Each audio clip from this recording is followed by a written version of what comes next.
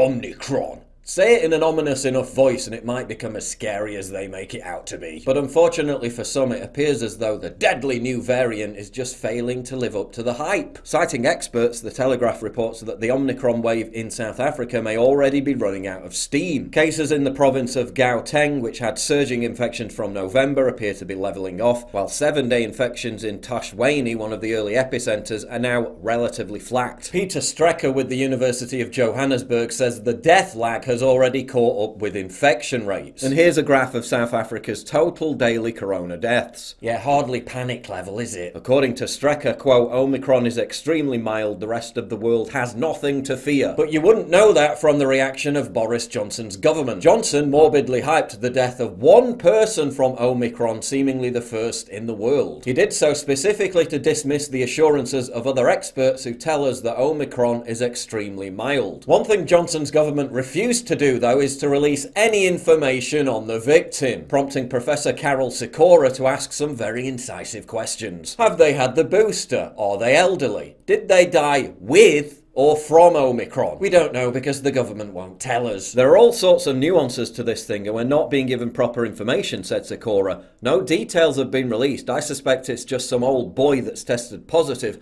He may have died in his sleep or with a heart attack, who knows? I suspect that it's a death, which is unfortunate, but is due to something else, and it just happens to be COVID positive. That's why they're not making a big noise about them being vaccinated or not. Meanwhile, the South African doctor who first discovered Omicron says she's astonished at the UK's alarmist reaction. We are experiencing it as a much milder form. You only have to look at the picture in South Africa where the world's first known cases of Omicron were spotted to realise this reaction is out of all proportion to the risks posed by this variant, wrote Dr. Angelique Coetzee. She concludes that the, quote, huge reaction to Omicron in the UK is, quote, scaring people unnecessarily, and that the government should actually allow the less deadly variant to spread. A hard lockdown would slow the process of Omicron making its way through the population and allowing people to develop the vital antibodies which will move your population towards herd immunity, wrote the doctor. But don't expect Boris Johnson's government to amplify any of this positivity. When you're trying to build a case for a new lockdown to distract from your own political scandals, good news about Omicron isn't going to be very welcome, is it?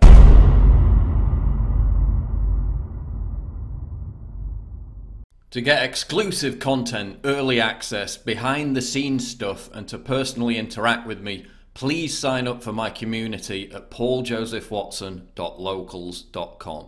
Link in description, and thank you for your generous support.